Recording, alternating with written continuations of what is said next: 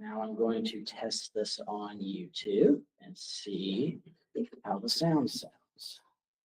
Oh, it says, oh, well, it may not actually pop in. Oh, here it is. Okay, let's see here.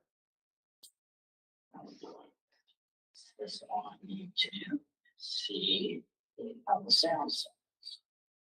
It says, oh, well, it may not actually pop. Oh, here it is. Okay, let's see here. Okay, it sounds pretty good to me. We'll keep an eye on it, but I think we're actually did pretty smoothly this time. Sweet. All right, let's get rid of that. I'm going to pop the closed captioning on because that really helps people. Good use of AI. Okay. Okay. I actually think, wow, we did that pretty smoothly. Again, I think we're good, Elijah. I think, obviously parking vouchers whenever you have a moment. Yeah, of course. I'm just gonna leave some. Yeah, and if anybody's looking for us, just direct them, We're supposed to have a decent number of people, I think, supposed to come. See, I'm confused because like they don't have a lot of people. I don't know if people are burnt out from ACL or. I don't know. I can never predict. I'll have like 30 people on meetup say they're coming, and then some months I'll get 20 of them, and other ones I'll get 5. Yeah. There's never any telling. Very good. Okay. Well, thank you so much. I think we're good. Sounds good. All right. So, and I'll hunt you down if there's some emergency, but I think we're okay. All right. Cool. All right, and yes, and so you've been here, the drill. Basically, I'm going to give it time for people to flit in, and then I'll do my little intro spiel, and then we'll turn it over to you. That sounds good. Is there anyone in the room currently? There's one of my board members, and somebody just walked in. So we're up to you have an audience of 3, and we will probably. Looks like people are getting here late this time, so I would say we'll probably start about 5 minutes late because I generally try to get us to critical mass before we get going. Especially since when I have a speaker who I don't think's in any risk of using up the whole 2 hours, we can wait. Okay.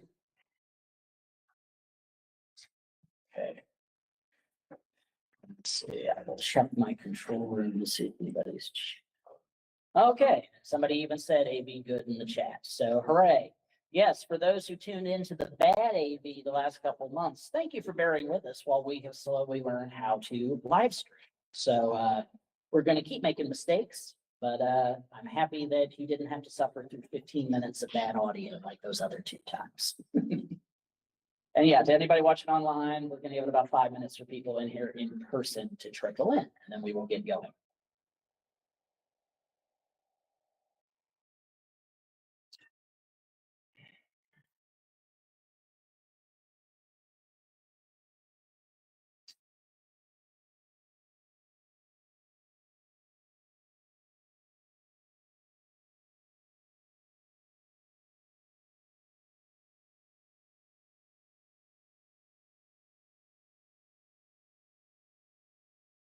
Hey, EFF-Austin meetup? Yes. Yeah, well, we get started in about 5 minutes. We're just going to let people trickle in and then we'll get going. Okay.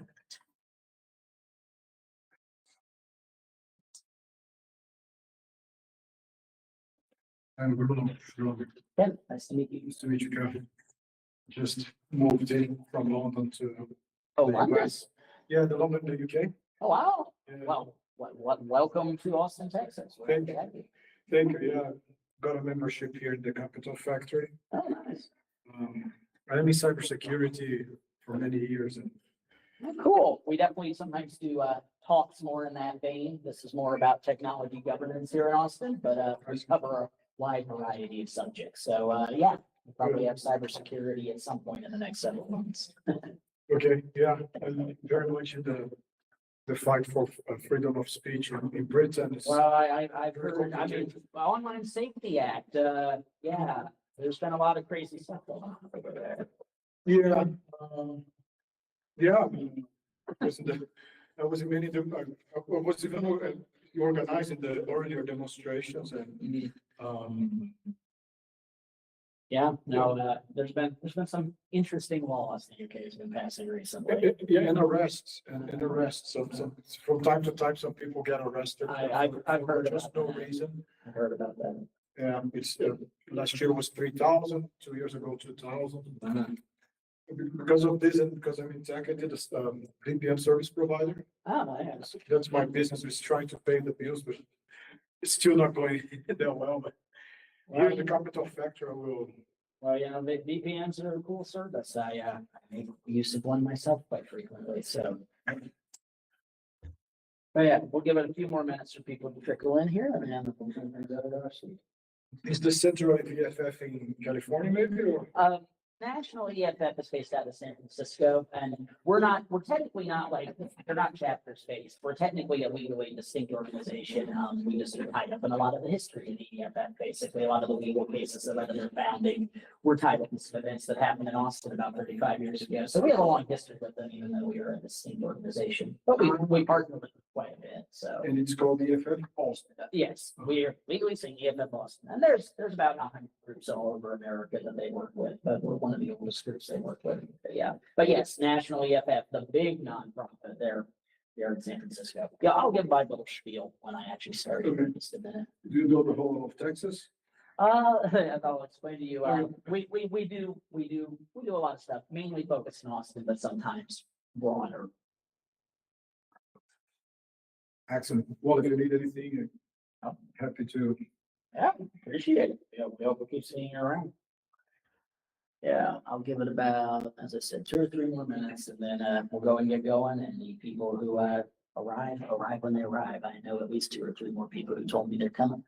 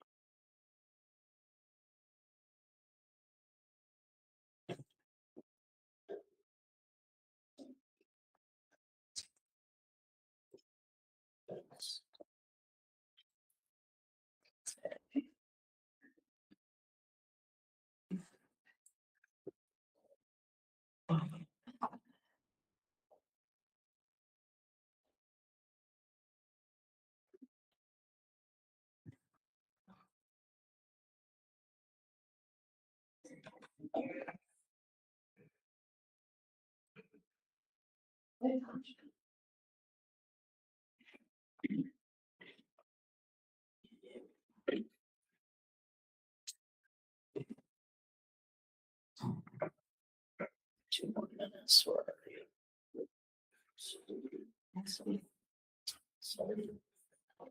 I don't actually think these things are hooked up to power. It throws me every time. You maybe try one of the wall plugs somewhere. Maybe you can plug the whole thing for you folks. Well, yeah, well, I don't, yeah, as I say, I never know why they're always unplugged, but they usually are. Marlboro land. This is the plug. While we're waiting, I'm ready with my interest. Yeah. Always got to introduce our speakers. And Steven, you're good on your end whenever I pull the plug here and we get started. Okay, sounds good. Yeah. And you can still hear me okay? I can still hear you. And so you're ready on your end. I'll probably get started in just like 1 minute here, if you're Okay. ready. Yep, I'm ready. Yeah, we've already got like about 6-ish people in the room here, and I know at least 2 or 3 more are going to trickle in, so we're enough to get started. So let's see.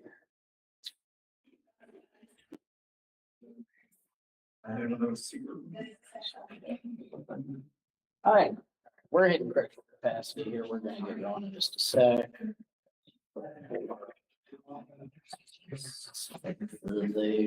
Okay, there's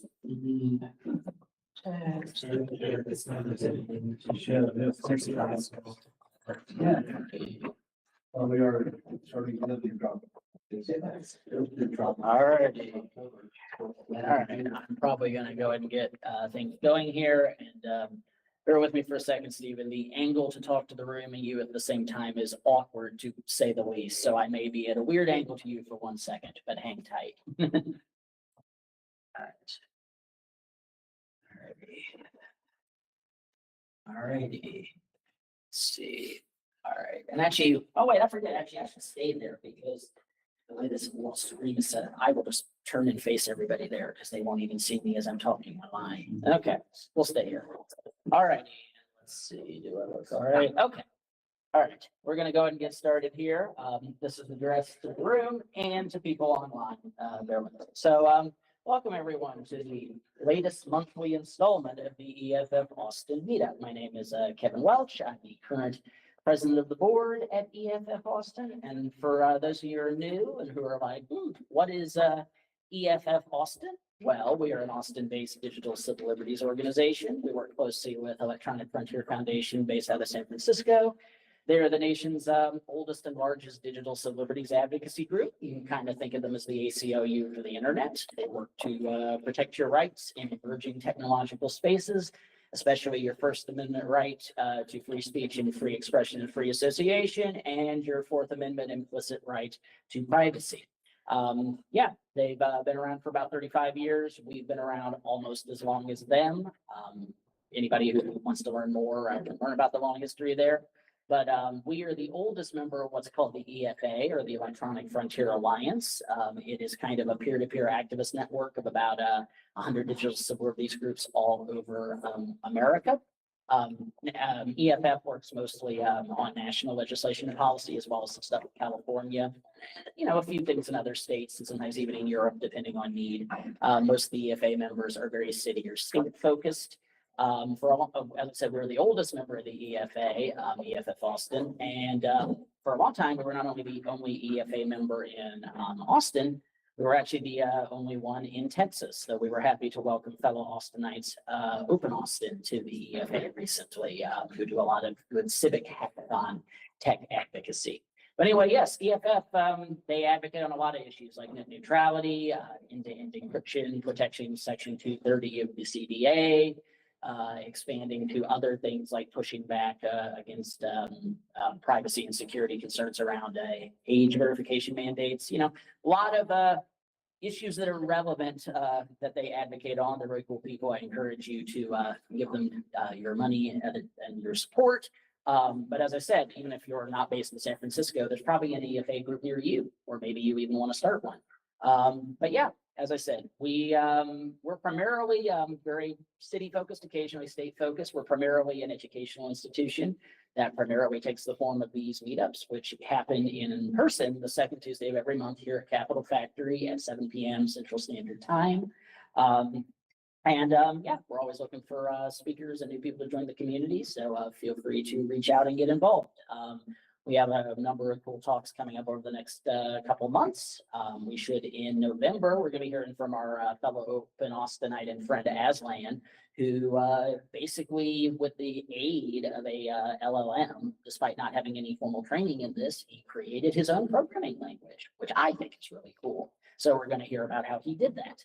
And then in December, we're going to actually be hearing tentatively, I think it's confirmed, from actually an old mentor of mine, Dr. Benjamin Kuipers, who used to run the computer science department at UT Austin. He's going to be talking to us about AI and ethics. Very fruitful Okront topic. So yeah, we got some cool programming coming up through the end of the year for you that we encourage you to check out. We also, as I said, we're primarily educational. We also usually throw a few parties each year around the holidays and during South by Southwest. When we have the funds, when we convince eccentric tech billionaires to fund us, or I should say millionaires. I haven't met any millionaires yet. We usually have some fun cyberpunk parties. So if you know anybody ideologically aligned who wants to make community and fun happen, send them at me. Finally, we do some political and civic advocacy, mostly at the city level, a little at the state level.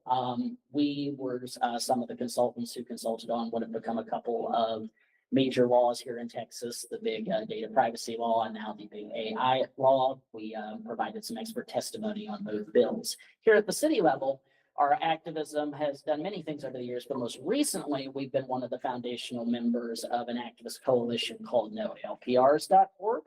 We are basically advocating against automated license plate readers, which we and most other coalition members view as essentially a mass surveillance technology. We're happy to report that the coalition actually convinced the Austin City Council to suspend their one-year pilot program with Flock. We're all very proud of that victory. Also, we're happy to report that the movement is spreading. Lockhart recently also rejected ALPRs, and actually just today, the Hayes County Commissioner's Court also rejected ALPRs. So we're very happy at the growing movement. If you want to learn more, you can go to noalprs.org to learn more. There's also on most major social media platforms. You can follow them. Also, speaking of social media platforms, EFF-Austin actually has a cool little kind of, not RSS feed, but, you know, essentially kind of a link tree-esque service, a link aggregator. If you're just like, where do we exist online? You can go to EFFaustin.omg.lol. That will eventually be EFFaustin.info once I remap the DNS. But it'll tell you where all our accounts are on services like Mastodon, Blue Sky, Facebook, Instagram, and others. So that's a cool new thing we just added. Also, to those in the room physically, may I point your attention to that we now have an easy way for you to essentially donate. If you would like to support our efforts, you will notice a few QR codes around the room. Those would be a way you can one time or even set up a monthly recurring donation if you would like to support our work. So big thanks to our treasurer, Heather Barfield, for putting a lot of the infrastructure to make that possible in place. And shout out to a few already recurring monthly supporters. I believe that Addison and Ben and Subsidy, I believe, are contributing on a monthly basis already. So thanks to them. Yeah. So I think that's most of the immediate business. And so I guess I will give an intro to our speaker and I will turn it over to him. Oh, and also if any of you park in the garage need a parking validation, come see me. I have them and you can get much cheaper. So yeah, I'm going to introduce this month's speaker and I will turn things over to them. Our speaker this month is Steven Apodaca. We're honored to be joined by Steven. Steven is the chair of the City of Austin's Technology Commission, where he leads efforts to advise City Council on issues of digital equity, telecommunications policy, and the responsible use of emerging technologies. In this role, he has helped shape recommendations on technology contracts, AI transparency, and public surveillance, and funding, while ensuring community voices are part of the city's decision-making process. In addition to his commission service, he serves on the Board of Austin FreeNet, a nonprofit advancing digital inclusion through community access and training. He's also a former Travis County Democratic Party precinct chair, and he served as a national delegate to the 2024 Democratic National Convention. Professionally, Steven works at a Fortune 5 technology company as a change management leader with prior experience spanning a decade at a Big Four management consulting firm.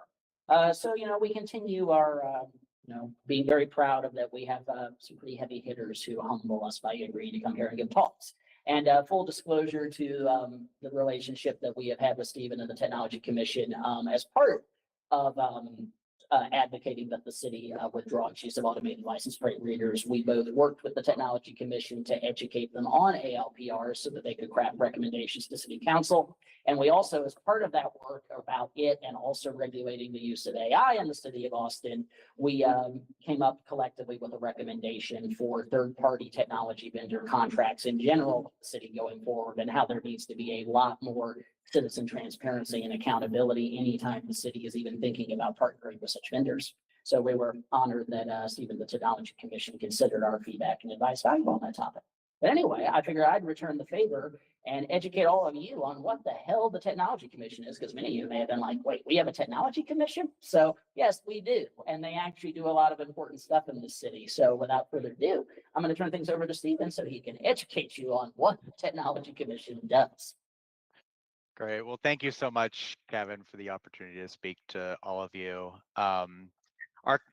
So as Kevin was mentioning, our commission advises Austin City Council on things like technology, telecommunications, digital equity issues that affect residents all across the city. And what I want to do tonight is just give you all a quick overview of who we are, what we do, and how our work connects to community technology, digital rights, and transparency. And these are all areas that I think, and Kevin and I have had these conversations that I think EFF-Austin community cares deeply about. Apologies I couldn't be there with you all in person, feeling a little bit under the weather, but we made a last minute pivot earlier today, and appreciate Kevin working it out so I could attend virtually, because I think this is important stuff. We have a few people who are okay at technology here, so we For sure. So what are city boards and commissions? Well, Austin's boards and commissions, and many cities throughout the United States have them as well, are really how residents can directly shape city policy. Each group focuses on a different area. Some might be environmental issues, some might be public safety, and they give guidance to city council. One other thing I should mention, members are volunteers. I'm not paid for this. The rest of the commission members are not paid for this. These are just everyday residents who bring their expertise, their lived experience, and civic decision making and passion to these bodies. So if you are passionate about an issue, applying to serve is one ways that you could have a direct impact on the local level. So let's look at how the Technology Commission fits within the ecosystem. This might be a little bit difficult for folks to see in the room, but essentially it's a list of the 50 plus boards and commissions that the city of Austin manages. So this Technology Commission focuses on technology, telecommunications, and digital equity. But there are a number of other boards and commissions as well. Just a few offhand, there's a Human Rights Commission that makes recommendations to City Council around underserved communities. There's a Water and Wastewater Commission that provides input and helps the city take a more granular look at some of the contracting that is done with our wastewater management. There's also I might do a quick go ahead. sidebar, Stu, you don't Yeah. mind, to just point out also the, for those in this room, I suspect they would care about it, and maybe you were gonna mention them, but, I also point out, the Public Safety Commission is a good one if you care about the way that law enforcement in Austin uses technology. I've been a witness talking about, their, what I consider, not wise use of technologies like LRADs for crowd control. So that's one probably I suspect a lot of people in this room, might want to serve on, provide testimony to. Yep, that's a good call out. The Public Safety Commission is certainly key, and I would say probably one of the more visible commissions, along with the Planning Commission, which manages zoning cases throughout the city of Austin. But the takeaway here is, no matter your interest or background or expertise, there's pretty much something for everyone.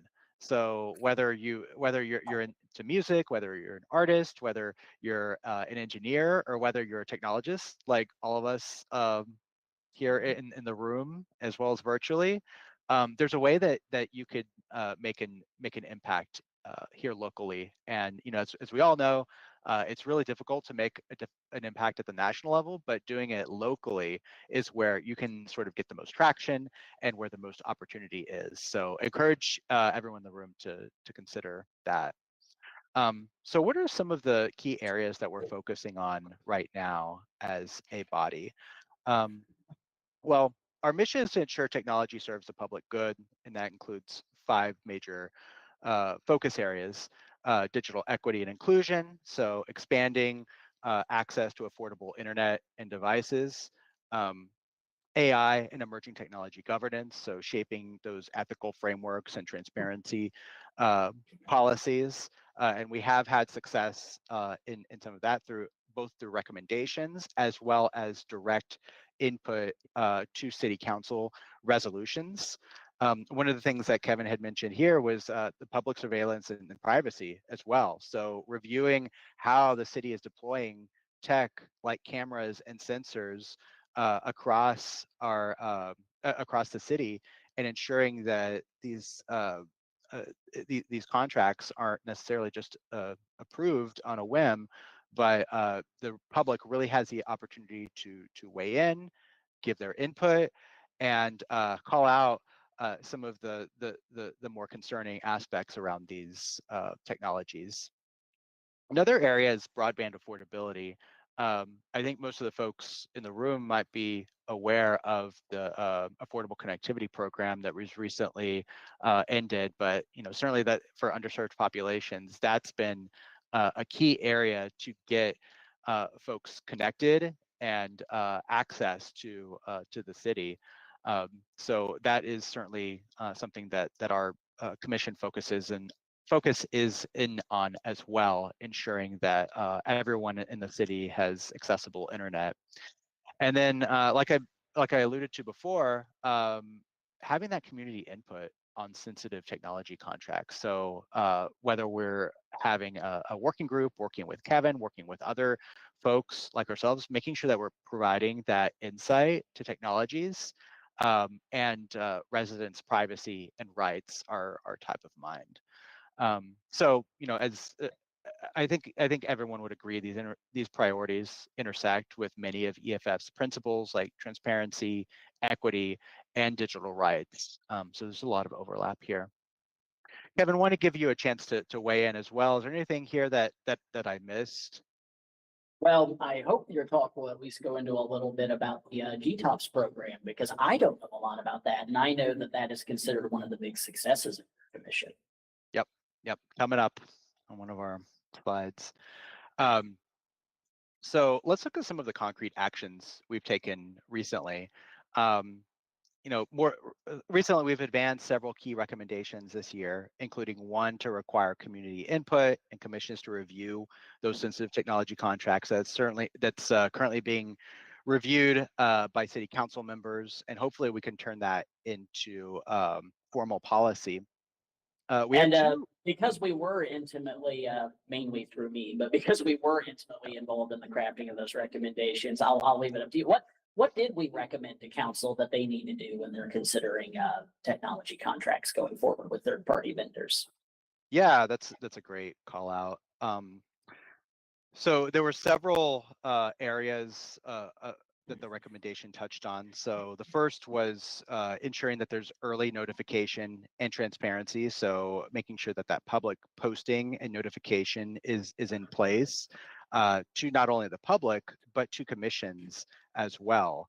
One of the things that we've observed is that these contracts go to council without very much notice.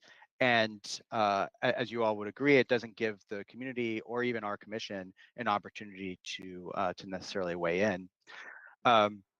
Another was ensuring that our commission, as well as the Public Safety Commission, have the opportunity to review those prior to going to council.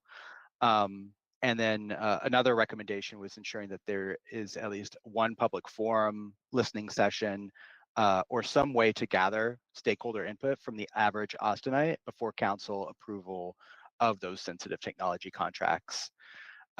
Outside of that, we did make recommendations on contract safeguards, so ensuring that the data is auditable, there's safety mechanisms, ensuring there's clear definitions around PII, mechanisms for community oversight, as well as outlining remuneration in the event of a breach, data loss, or ransomware attack, because as you all know, it's only a matter of time until these systems get hacked, and they have a lot of really important data that could be weaponized against the community.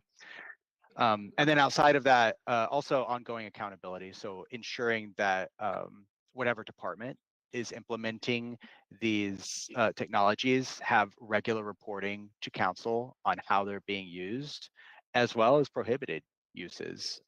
One of the major areas that I think Kevin helped us draft is ensuring that the prohibited uses follow standard frameworks that are widely adopted. So that's just a little bit of a deep dive into the more recent recommendation we made. Kevin, did I cover it sufficiently? I think, we can literally, thanks to the city of Austin, there's certain places we need to do better on transparency. And I'll say the Technology Commission and most of the commissions do an admirable job on that. If you're really curious about what was recommended, this is a record available to the public on the city website. You can go see what was recommended to council, as well as part of the Texas Open Meetings Act, all commission meetings are recorded and archived on the city website. You can literally go watch the most recent commission meetings. I encourage you to if you care about this stuff. Yeah, well said. So going back to the slide here, we do have two current working groups, one focused on public surveillance and another focused on artificial intelligence, to ensure that we have smaller groups that can be more actionable, and then bring a recommendation to our full commission, and we want to make sure that that oversight keeps pace with that innovation. So that's where we have those smaller working groups. And then Kevin had mentioned GTOPS. So this is certainly a key area of our commission. I think it started about in the early 2000s. And our commission is unique in that we have oversight of a pretty significant grant for technology opportunities fund that the city manages to help fund nonprofits, either do device donations, digital upskilling, or just help them with their programming efforts as well. So there are a few different pathways for GTOPS, or the Grant for Technology Opportunities Award, and our commission has oversight on the graders for those grant applicants, as well as the final awardees. In addition to that, we also provide strategic guidance to how the program is being managed throughout the city. So over time, it's grown. I think it started off at 100,000, and over the past 10 or 15 years or so, it's grown to be 400,000. So nonprofits like Latinitas, like Austin FreeNet, I think Open Austin, who I know is a friend of EFF, have all applied or received GTOPS funding to do some of their work. So that's something that we are proud to be a part of and provide direct community input. You can see the picture there. Yeah. What sort of groups should consider applying for a GTOPS? What activities is it meant to support ultimately? Yeah, I think it's all of the things that so doing direct engagement with the City of Austin community. So I'll just give a couple of examples. So Austin FreeNet, on which I'm the board of, they manage a computer lab in East Austin. They allow community members to come in, learn about how to navigate the internet, learn about how to navigate PCs, and they can get help with more technical areas as well. Another one just top of mind, Latinitas, that we've partnered with really closely, do digital upskilling for young Hispanic girls as well. So, historically speaking, underserved, but also not a lot of engagement within the tech space as well. And a lot of their programming is unique because not only does it engage those K through 12, that K through 12 population, but it also engages their parents, who in many cases are not English speaking and need that same help and support for how to best navigate the internet. Awesome. Yeah. And then lastly, as highlighted on the slide here, we have also hosted digital equity listening sessions. So to gather feedback directly from residents on things like affordability, education, access. And Kevin, this is for you. We will be doing our next listening session in early February. So we're partnering with a few of the council offices. So we expect to have a really great turnout. And the plan is to have a facilitated conversation and really hear directly from the community on what their lived experiences are around these areas and how we can help as a commission. Well, let us know as the planning goes ahead. We'd love to help / be a part of that. Yeah, absolutely. So, with that, partnerships are really central to how we do this work. And I've alluded to some of this as well. We have worked closely with community organizations like Austin FreeNet, Latinitas, Universal Tech Movement, EFF. I add you all to the list as well. But inside the city, we also collaborate with the EDD office. That's the Economic Development Department. And they're really our liaisons back to the city. They help manage that GTOPS grant They are our liaisons to the city. They help manage and facilitate our meetings as well. And I know that that group does a lot of digital engagement work as well. And then in some cases, we also partner with other boards and commissions.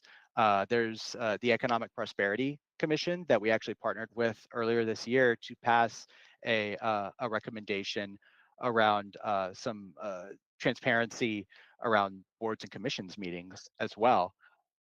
So really the takeaway here is that, our approach is simple. The community voices must shape our city's technology future. And, through our engagement as commissioners, but also engagement back to the community in forums like this, that's how we strive to do that. So what's next for the commission? Well, we're continuing to advise City Council on relatively newer topics like AI governance, data privacy, and technology procurement. And we're also exploring tools like public-facing transparency dashboards to make it easier for residents to track each city project. In addition to that, we're also supporting policies that invest in digital upskilling, affordability, and accountability in AI use. Same things that we've been doing, just expanding to these emerging technologies. And then in the long term, you all are familiar with the budget from the federal government or the lack thereof, but we are continuing to push and expand GTOPS funding so more grassroots organizations can access those resources to close the digital divide. Austin, is a relatively well-connected city, but geographically speaking, we don't have to get into the historical context here around redlining, but there are pockets of the city that either only have a single internet provider or don't have any, and there continue to be underserved populations in and around the city of Austin that don't have the opportunity to participate in our digital economy. So that's something we're looking to continue to close. So if any of this resonates with you, here are a few ways to get involved. You can attend our monthly meetings. You can always provide comment on AI, privacy, or technology-related topics. I know we'll rely on Kevin and his expertise to continue to do that as well. I don't know everything, so certainly we need other experts in this room to come and tell you guys what you should be caring and focusing upon. Absolutely, everyone is invited. Yeah, and then looking to partner on the community on technology or digital equity initiatives. So if the listening session that I had mentioned coming up in February is, if that sounds interesting to anyone, you can let Kevin know and we can get in touch. Happy to engage more about that. Maybe you're interested in serving on the Technology Commission or another commission. To do that, you can visit the city's website, view materials, and put in an application to serve. But the takeaway here is that Austin's technology should be shaped by the people who live here, and that really starts with participation, and I feel strongly about that. How, I know you guys don't have any openings at the moment, but for somebody who does want to serve either on the Technology Commission board or another board, what is the procedure for that? And what, if any, professional background do you need to be considered to serve on a board? Yeah, great question. So when I'll start with how I got engaged. So I knew my council member a little bit before she was elected. And then after she was elected the first time around, I'm in the space, so I was really interested in digital equity, advocacy, those types of things. So I had reached out to her one-on-one. But the formal process is to submit an application through the boards and commissions microsite.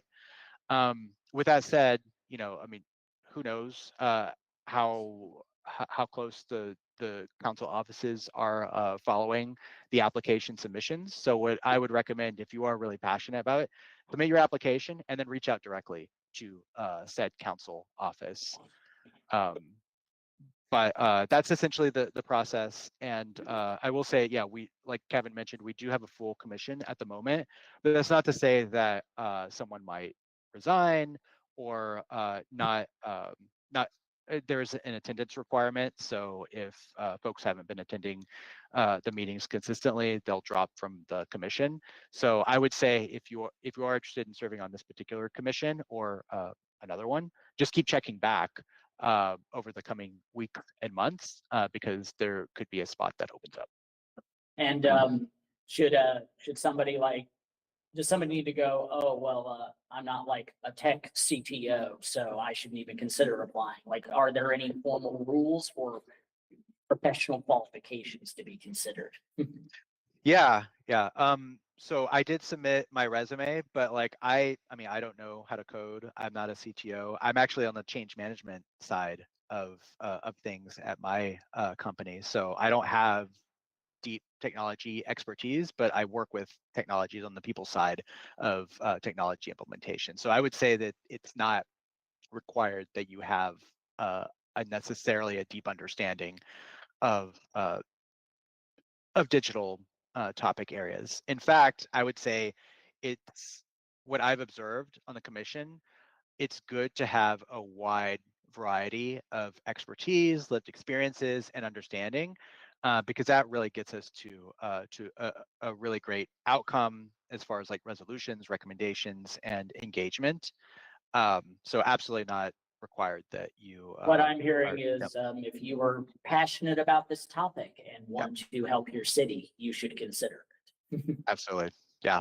Or any other topic. Maybe there's another board or commission that folks are interested in as well.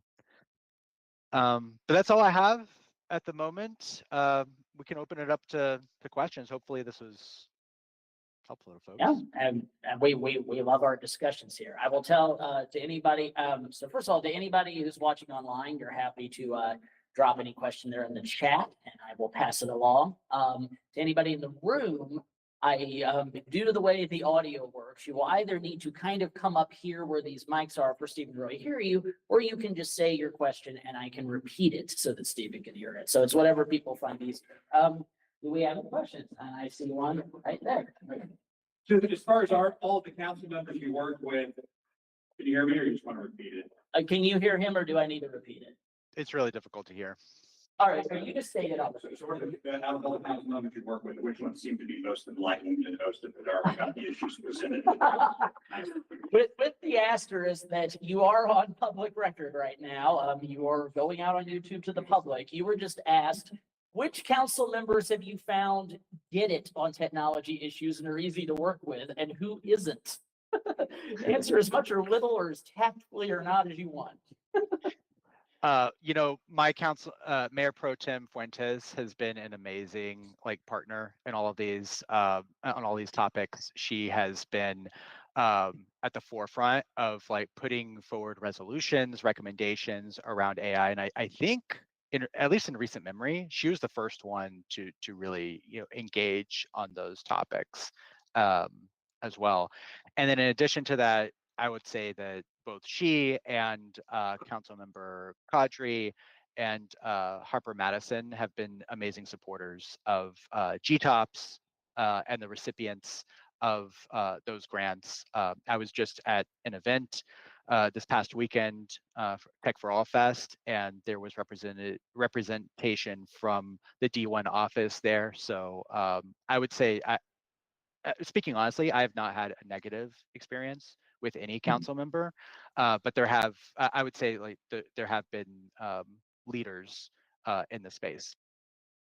And I guess my continuing his tactfulness of saying who we like instead of who we don't, I would say that at least on the issue of automated license plate readers, the by far biggest ally on council is District 7's Mike Siegel. So we shout out to Siegel for all the work he's done on that issue.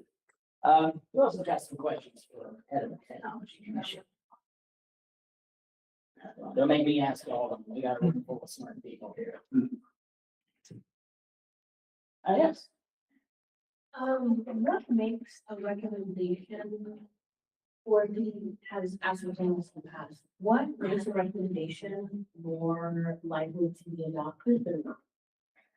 Question is, from your experience in the past, what makes a recommendation more likely to be adopted or not? I would say, and we have had a number of recommendations become city policy. I can give a few examples of that. So after the emergency declaration ended at the state level, boards and commissions were required to go back to meeting in person. And as you all know, in this digital world, that's just, I mean, outdated. So we were able to What, make you mean we don't all gotta be dragged back into the office? What are you talking about? Shocking, yeah, yeah, and especially something like this, where it's volunteer. A lot of times it's a headache to make it down to City Hall after the workday. So one of the recommendations that we put forward a few years ago was for hybrid meetings. So essentially, only the chair, myself currently, has to go and facilitate the meeting, and all the other commission members can be online. So I will say it's helped with quite a bit with retention of commissioners, which has paid off in other ways because we keep that institutional knowledge. So that's just one example. Another is a voting tablature database that we made a recommendation on to be part of the city council website.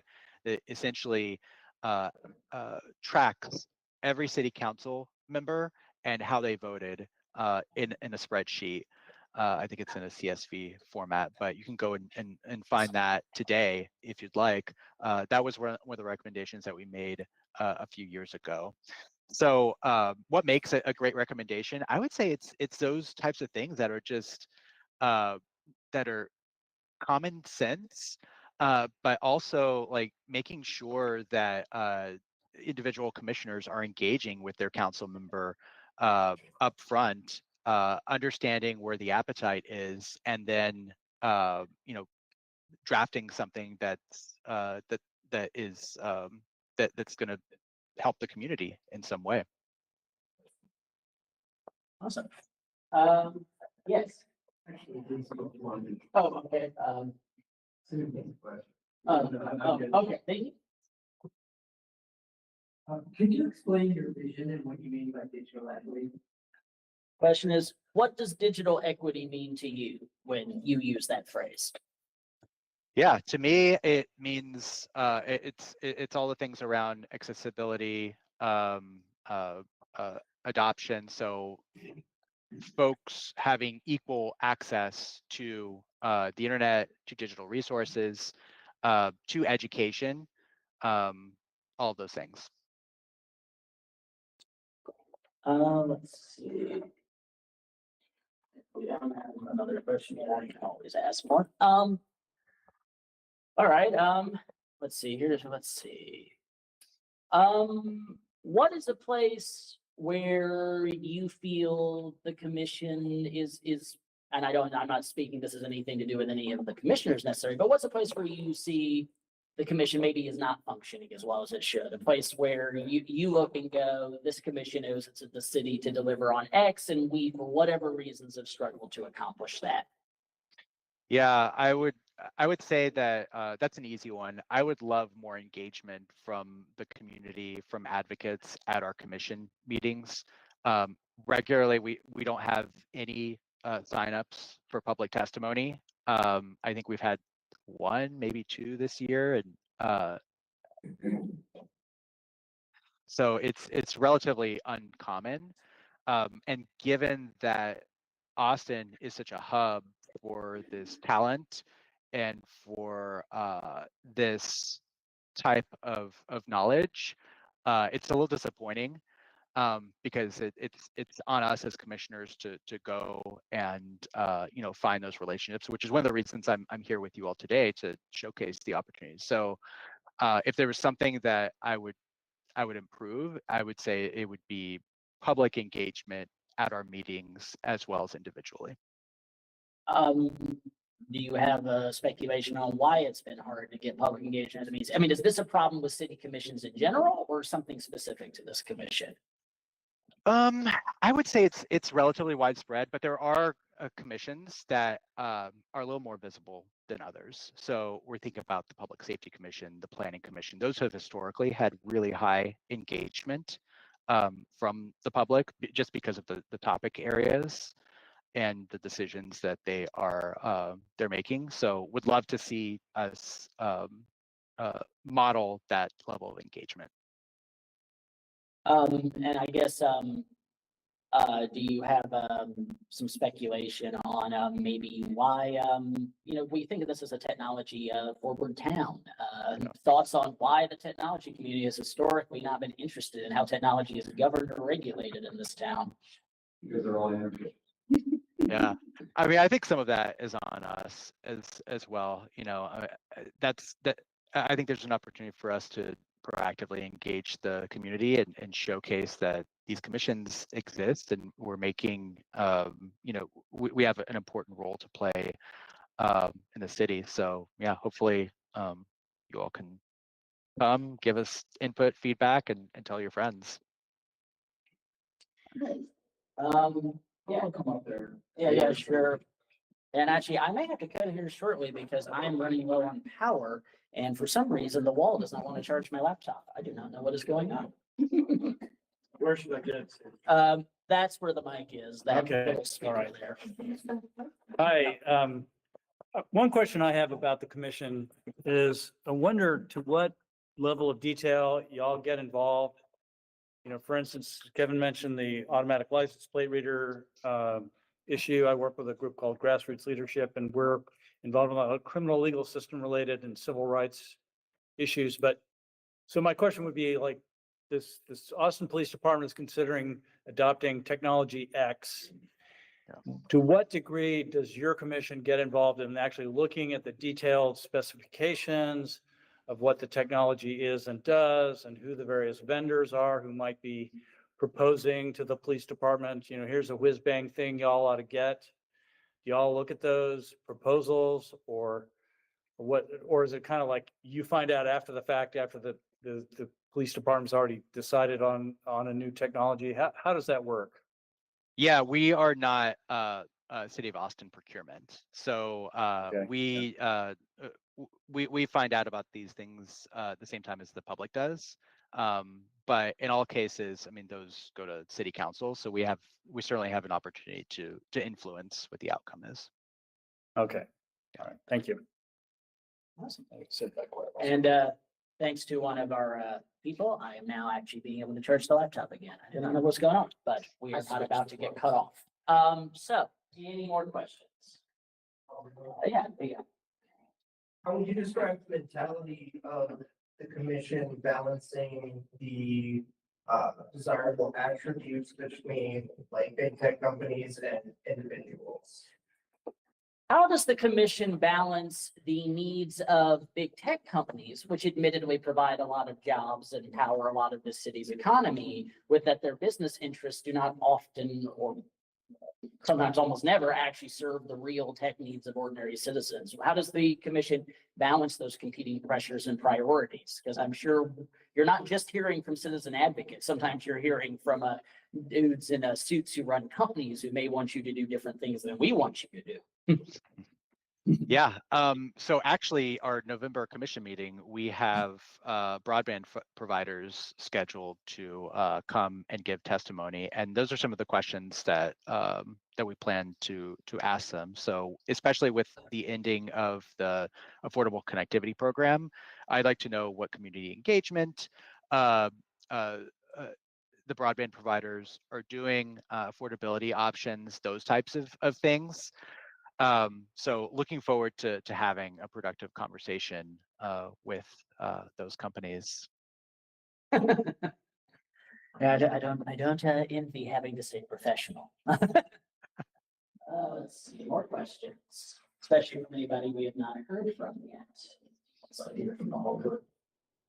And of course, I can give us a few more too while people are thinking of things. And of course, as always, I'm always happy to give everybody their time back if the conversation runs its natural course. Let me think. All right, I'm going to get into a history nerd question. So actually, long ago, one of the EFF-Austin board members, Courtney Rosenthal, actually served on the Technology Commission. But back then, the Technology Commission, I believe, was known by another name, like the Telecommunications Commission or something.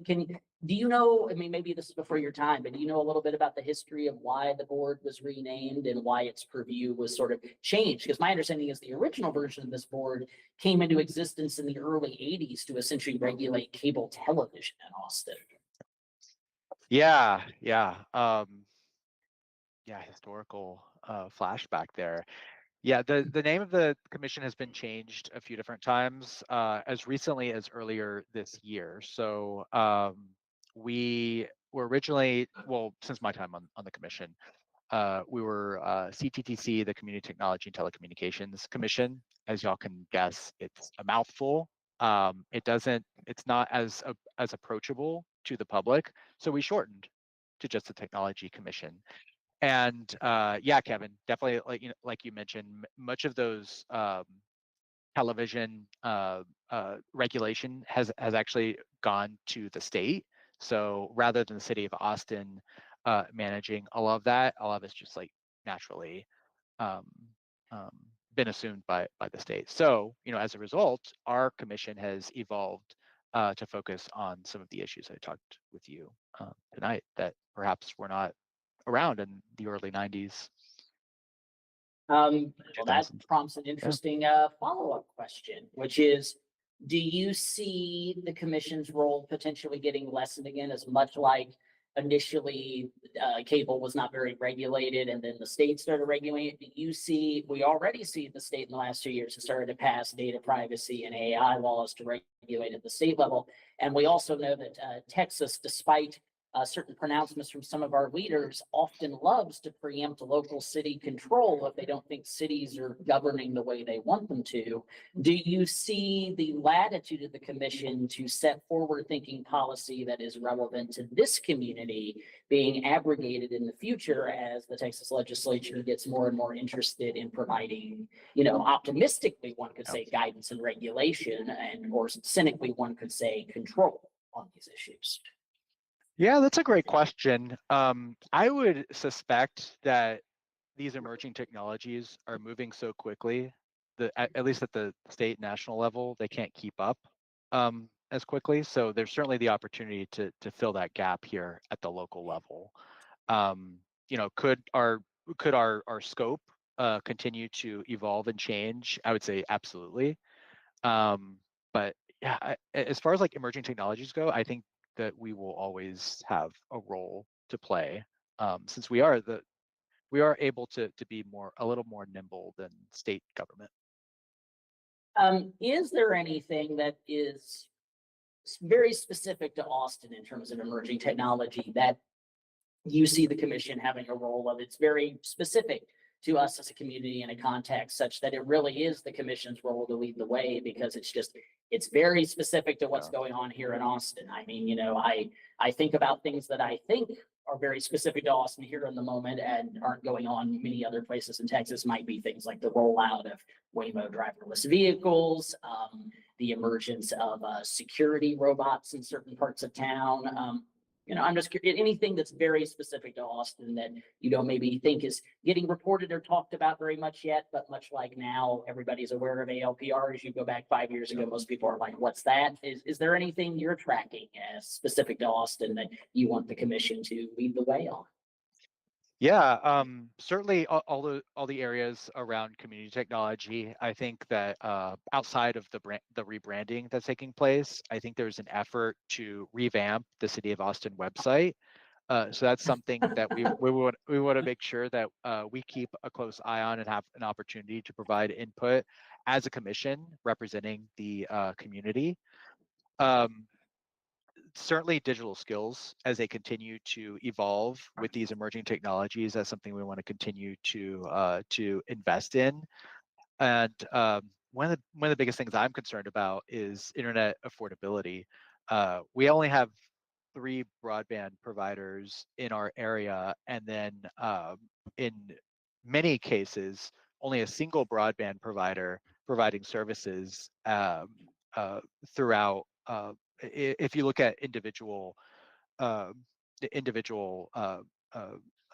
development of projects. In some cases, there's only a single broadband provider. So best thing we could do is have multiple providers and have that competition in place so that there is a variation of both affordability as well as quality. So that's something I'd like to continue to explore and help influence. I have some thoughts, follow-up questions to that, but I have somebody who has a question for you here. So are you going to break every single URL as part of the rebranding of the website? Yes, one question I had for you is, interesting you bring the city website. The city website is infamous with a troubled history. Does the commission have thoughts on how to prevent things like the disastrous rebuild of 10 years ago that wasted a lot of money and made it hard for citizens to find legally required services? I suspect those types of issues will not occur again. And what I will say is, I mean, if you've been following the City of Austin website for the past, let's see, I got to Austin in 2018, and before that, I don't know if you all remember, but the layout of the website was department focused. So this is probably alluding to this is probably what you were alluding to, Kevin. Department focus. So thinking about the end user, you know, if I want to know how to adopt a pet, if I want to know how to pay my bill, if I want to know how to pay my parking fine, not necessarily the easiest to find, not necessarily the best experience. And Any workflow that involved going yeah. across multiple departments, it was not optimized for that. Exactly. So now, if you go to the website, those types of things I just mentioned are a little more front and center. So I've just speaking for myself, I've seen significant improvements. So I would say that, you know, I'd like to understand what the changes are going to be and just offer that feedback, thinking about the average citizen in mind who isn't going to the City of Austin website on a daily basis. They're just there to do, you know, one transaction or change their address or something like that. And then there was one thing you said when you were talking about things that made me think of something I wanted to ask you, but it is escaping me at the moment. Do we have more questions? And it is also cool we're starting to run a course, but let's see. Do I have any final ones before I will let Steven get some rest and finish getting over his bug? Let's see. Any final things I want to ask you? Yeah, so I guess like, I guess maybe a question I have is what do you see as the long-term future of the commission and just kind of citizen governance around technology in general? And you know, I say this in kind of the context of we live in a time of extremes, and it seems we get only two narratives around technology. It's going to solve all our problems, or it's going to, if not kill us, it's going to like put us all out of work forever, or to plunge us into a disinformation hellscape. Like we only hear like it's literally going to like ascend us to a higher plane of existence, or we all die. And I don't think that's a very practical way to live or to govern. And so, like, I'm curious, what do you see as just like the actual needs of citizens in the 21st century living in a highly technological society? Although, you know, once again, speaking to some of what you talked about equity, I think it can be easy for very tech savvy people like us to forget that, like, as you said, there are still tons of Austinites in our community who like struggle to know how to even use a computer or a smartphone. And so like, how are we both looking to the future, but also not leaving people behind? How are we building a Austin the future where technology works for us and not the other way around, as I always like to put it? Yeah, and you know, like I mentioned earlier, the scope of our commission has continued to evolve. You know, but I will be very honest. All commissions are advisory bodies, so all we can do is bring our lived experiences, bring our recommendations as citizens. You know, in some cases, we can formally make those recommendations. I know in some cases I've had individual conversations with city council members, but ultimately they are the ones who pass policy and rulemaking for the city. But, I think that the council members do recognize that these boards and commissions are made up of, in some cases, subject matter experts, where they or they do want to learn more about some of these topics. So I think that's where our role really lies. Being most folks on our commission work in tech, so able to bring that perspective, that knowledge, that experience, and perhaps provide insight to the policy making process that wouldn't have been there otherwise. And I think my last question for you, unless I get another one from the room here, would basically be, this is a, slightly maybe harder question, but it's, I think it's always important to look at the ways we're doing things and ask, could we do it better? As a lot of us in this room have seen recently, there often seems to be a big disconnect between what the citizens want their city to do when it comes to technology regulation and what many of our own elected council members, who, as you said, are ultimately the ones who have to set policy, seem to believe we all want. And now, I don't claim we speak for the entire city people with our views. There are plenty of people who feel differently, and it can be very hard to know what true majority opinion on any issue is. But I know for a lot of people who are informed about technology and care passionately about these issues, it can often feel like the city, our councilmen are supposed to be there to represent our will, and it often, whether or not this is actually true or not, I think I can speak to, there's sometimes a perception of that rich, powerful, connected interest groups are catered to, and what citizens actually want when it comes to topics about what many of us view as potential surveillance of citizens is ignored, not listened to, and we literally have to do very public, huge demonstrations to feel like anybody's listening to us. And so, as you said, ultimately the commission can only advise. It's our elected officials who actually set these policies. Why do you think there seems to be, and as I said, one could be cynical, one could be optimistic, but why do you think there seems to be this disconnect between what citizens want their city to do when it comes to the safeguards in place to protect the citizens and what they actually end up voting for, where we have to keep swatting down these suspect third-party vendor contracts, to put it lightly? Mm-hmm. Yeah, I think from a procurement standpoint, as you've seen, you've seen these council agendas. There's a lot. So, yes, there could be 150 items on 1 week. I don't envy having to go through it. Yeah, our council members are human too. And if city staff is making a recommendation, that counts for a lot. So going back to your ultimate question, I think that's where we as the public as well as like commissions, I think that's where our role comes in, continuing to monitor, keep an eye on those items coming to council, reaching out directly to council members to raise the flag on some of these issues, and then more formally, if there is a concern, come to us, come to our commission, and we can help to facilitate that conversation or make a more formal recommendation.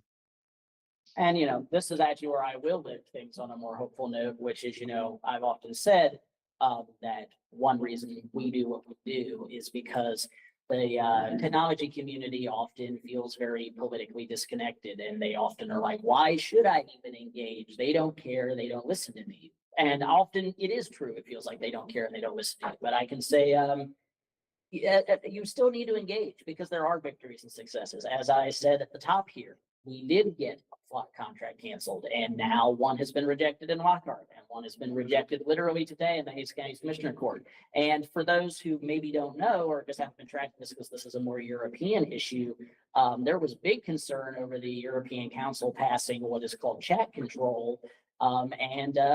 Because of immense public pressure against it, Germany came out against it, and that is at least forestalled for the time being. So, the fight's never over, but I would always encourage people to get involved, because we definitely won't be listened to if we don't make our voices heard. I do think I had one final question from the room here, though. I was curious, have the flog guys tried to go after you for basically ruining their business? Well, more us than the technology. I think we've been more public facing than the technology, but I'll let Steven tell me if he's got any strange knocks on his door. But at least so far, they have not escalated to harassing my board or any other coalition ally board members that I've at least been informed of.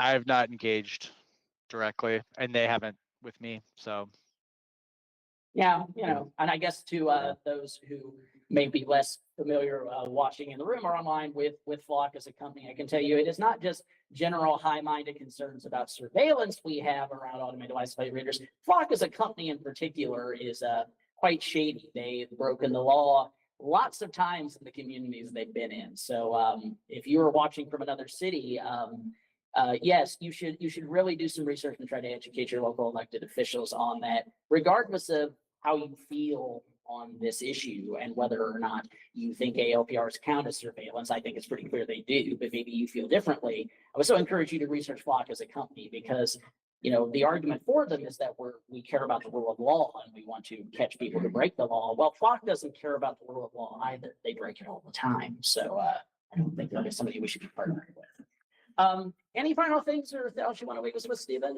before I give you your evening back? no, I appreciate the invitation. Appreciate all the amazing questions, and looking forward to engaging with you and your membership more. Hopefully, this is just the beginning. Yes, I will.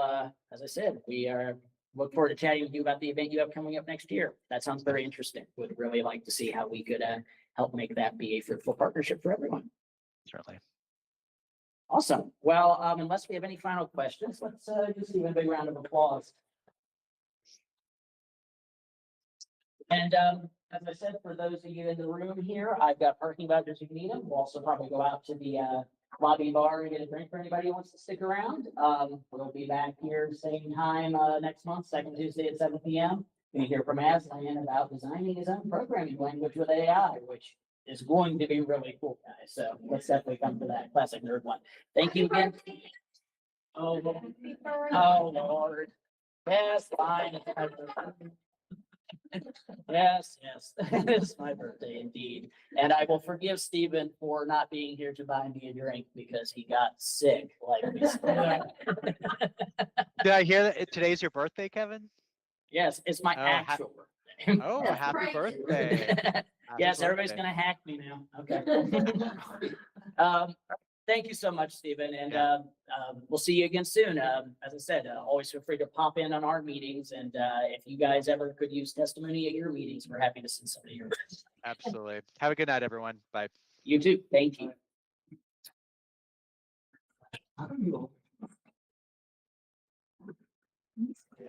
All right.